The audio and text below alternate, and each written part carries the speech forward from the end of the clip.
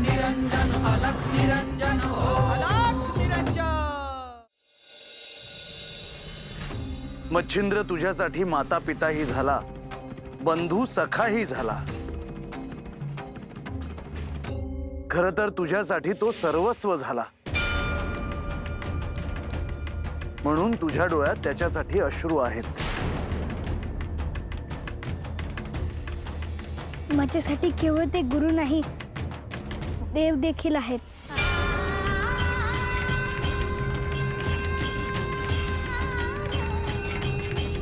खरं आहे, जो स्वतः पूर्ण आहे आणि दुसऱ्याला पूर्णत्वाचा बोध देऊ शकतो, तोच खरा गुरु आहे। ह्या भूमीत अनेक गुरु होतील, शिष्य होतील, परंतु मच्छिंद्र गोरक्ष हे तुमचं दोघांचं नातं गुरु शिष्य परंपरेत अत्यंत वरच्या स्थानावर असेल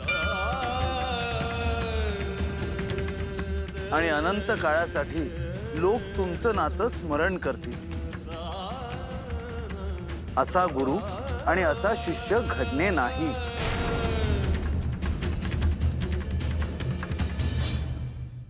मला माझ्या गुरूंनी खूप सांभाळलं, काळजी घेतली, कुठलेही कष्ट होऊ दिले नाही। त्यामुळे पदोपदी मला त्यांची आठवण येत राहते।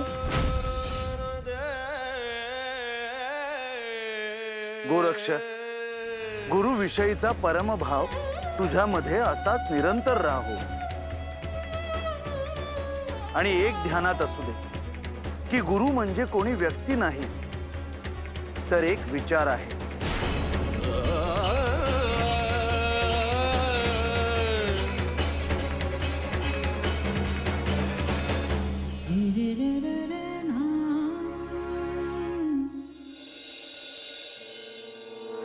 देवी, मच्छिंद्रांना आमचा बी नमस्कार सांगा।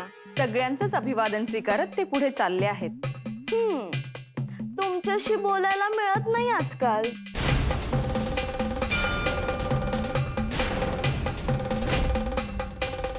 भानामती, ही बोलण्याची वेळ नाही।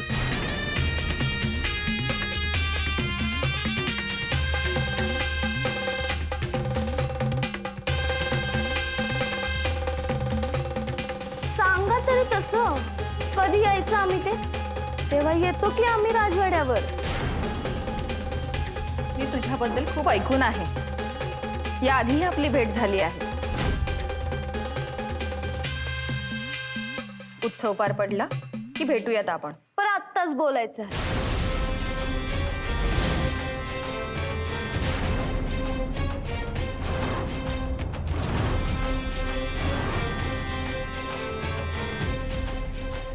तसं बी नाथ आल्यापासून तुम्ही दिसला बी नाही आणि बोलला बी नाही।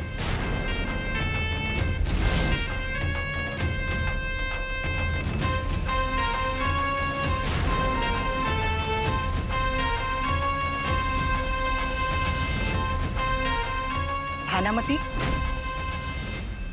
तू आता अति करते आहेस हा? शांत रहा।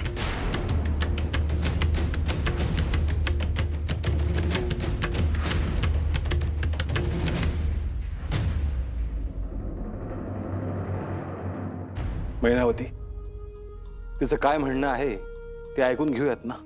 बरं झालं तुम्हीच बोललात। कोण ऐकतंय आमचं या राज्यात? आता त्यांनी बोलायला सांगितले आहे ना, मग बोल। तुम्हाला वाईट तर वाटणार नाही ना?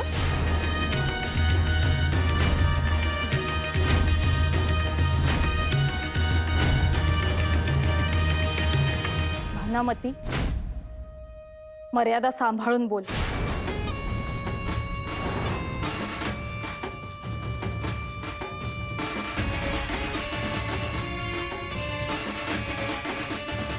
कसं आहे ना, हे बायकांचं राज्य आहे आणि आता देवीच नाथांसंग राहायला लागल्यावर तसं बायका बी म्हणायला लागल्यात आमासने बी लगीन करायचं आहे।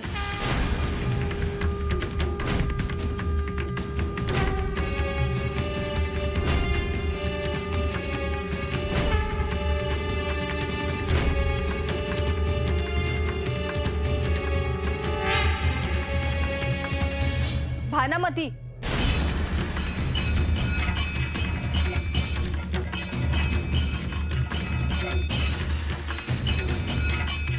अव रागवताय कशाला?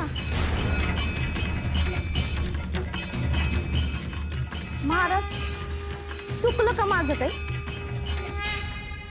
मैनावती देवी एक उत्तम प्रशासक आहेत, त्यामुळे तुमच्या प्रश्नांची उत्तरं त्या नक्कीच देतील याची खात्री आहे मला.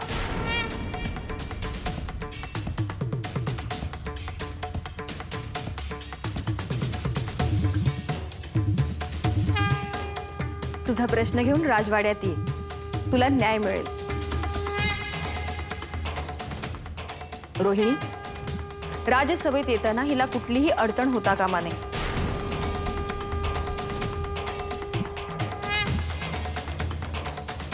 आपण निघूयात.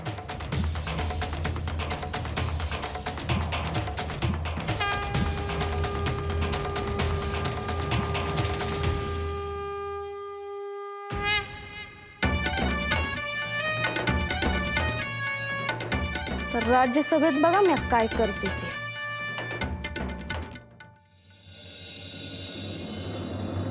मच्छिंद्र, स्त्री राज्यातली ही पहिलीच भेट. इथून पुढचा काळ तुला इथेच व्यतीत करायचा आहे. त्या दृष्टीने आजचा दिवस महत्वाचा आहे. तू आजपर्यंत वनात एकांतात राहत आलास आणि आज सभोवती सगळ्या स्त्रिया आहेत.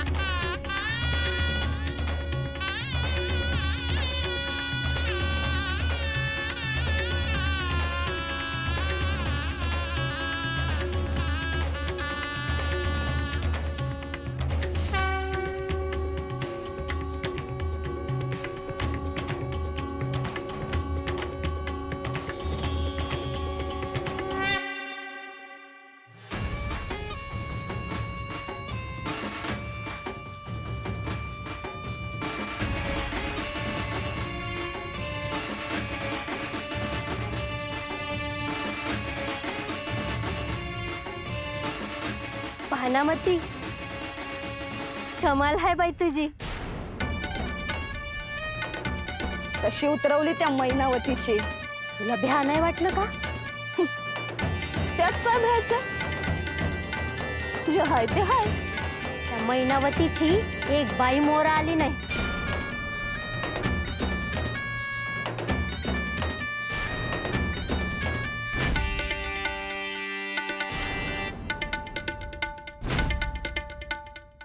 अगं चंद्रिके, कशी हायस? तू देवींसमोर जे काही बोललीस ना त्याचे परिणाम तुला भोगायला लागतील. अगं बाई, करून करून काय करणार आहेस तू? कारागृहात टाकून दे. आवाज सुद्धा यायचा नाही बाहेर. एवढं सोपं नाही ते. मी हिच्या पाठीशी आहे. जड जाईल तुम्हासनी.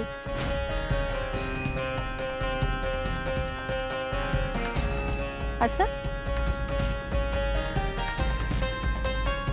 उद्या राज्यसभेत या, समजेलच काय ते. घाबरत नाही म्या.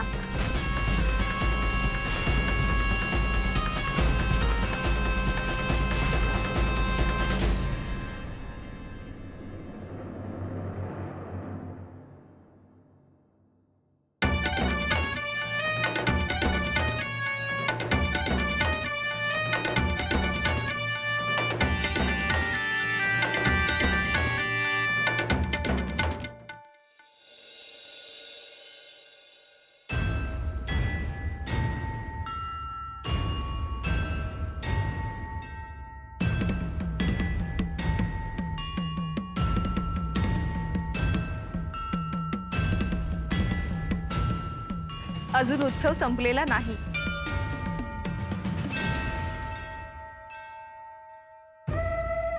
म्हणजे राज्यसभेत एक महत्वाचा कार्यक्रम आहे. मैनावती, दिवसभरात जे पाहिलं ते पुरेसं आहे. आता अजून काही पाहण्याची माझी इच्छा नाही. का? कंटाळात का? तसं नाही, परंतु मी माझ्या कक्षात माझे काही नित्यकर्म करतो. आज दिवसभरात काहीच करायला झालं नाही. तुम्हाला थकवा आला असेल तर तुमच्यासाठी स्नानाची व्यवस्था करायला सांगते. परंतु मैनावती, पुढील कार्यक्रमासाठी मी असण्याची आवश्यकता नाही. मला उत्सवाची सांगता अशा रीतीने करायची आहे की तुम्हाला निश्चितच आवडेल. तू काही ऐकशील असं वाटत नाही मैनावती.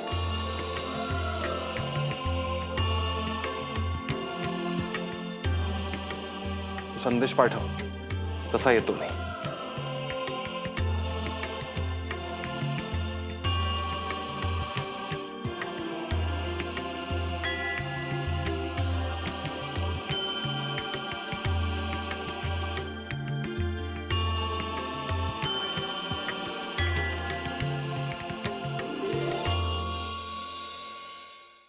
दिवसभर राज्यात जो उत्सव होता तो नाथांना आवडला असेल ना? अर्थात, का नाही आवडणार? हो, पण ती भानामती आली आणि सगळ्या आनंदात विरजण पडलं.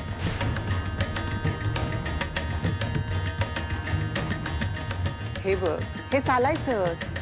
सगळ्या पद्धतीची माणसं असतात. मला श्री मच्छिंद्रनाथांनी जी राजवस्त्र घातली होती ती खूप आवडली.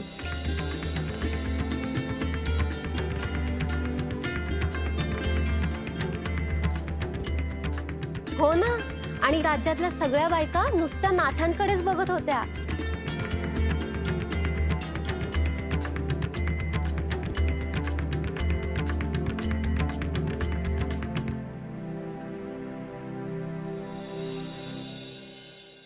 राज्यसभेत जो उत्सव होणार आहे त्याची सगळी तयारी नीट झालीये ना? होय. देवी, आपण दिवसभर बाहेर आहात. आपण विश्रांती घ्यावी आणि थोडं खाऊन घ्यावं आणि मगच राज्यसभेत जावं असं मला वाटतं. सगळं पार पडेपर्यंत विश्रांती नाही.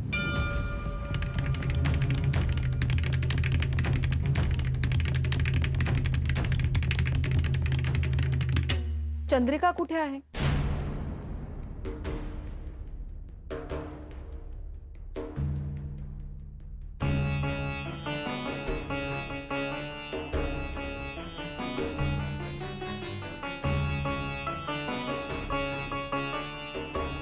क्षमा असावी देवी.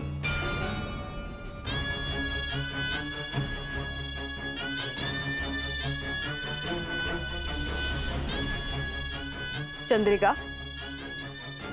आजपर्यंत तुझ्याकडून कोणतीही चूक झाली नाही, मग हे असे कसे घडले? देवी,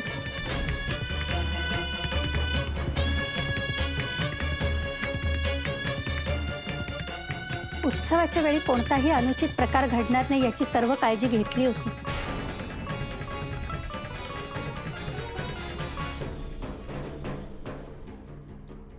शिवाय गुप्तचर खात्याकडून सुद्धा कोणतीच माहिती नव्हती. मग भानामती मध्ये कशी आली?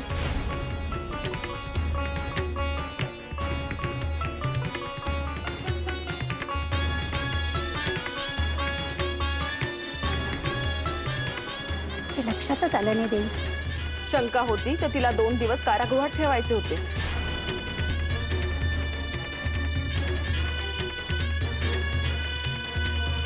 माझ्याही लक्षात होते ते देवी, परंतु तिच्याही बाजूने अनेक स्त्रिया आहेत, त्यांनी गोंधळ घातला असता.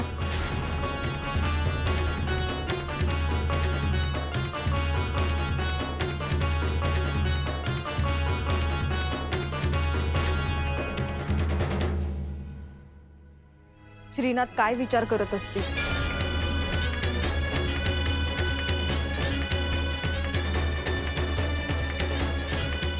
देवी, आपण काळजी नका करू. त्यांनी तुमचं कौतुकच केलेलं आहे.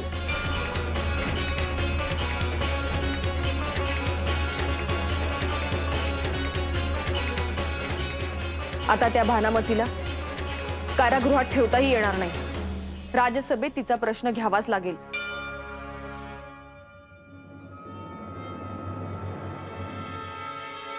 क्षमा असावी देवी.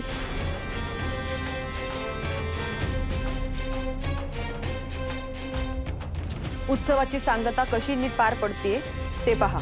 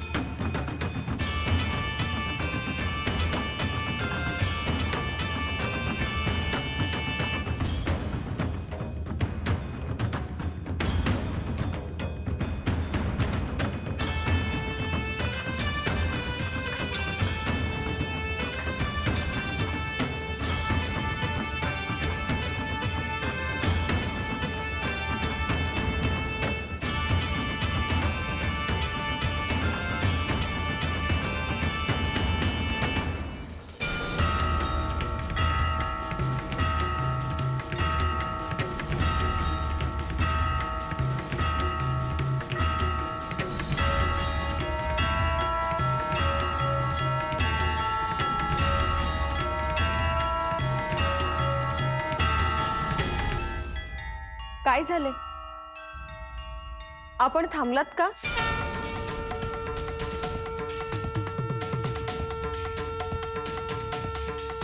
आपण सिंहासनाच्या दिशेने चाललो आहोत.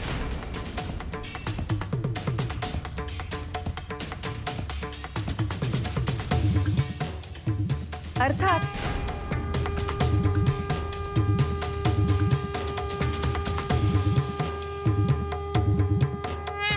ते तुझं आसन आहे.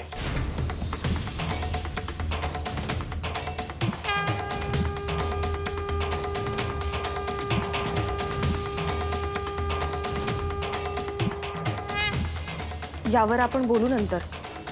होय, परंतु प्रत्येक आसनाचं स्वतःचं आपलं एक महत्व आहे.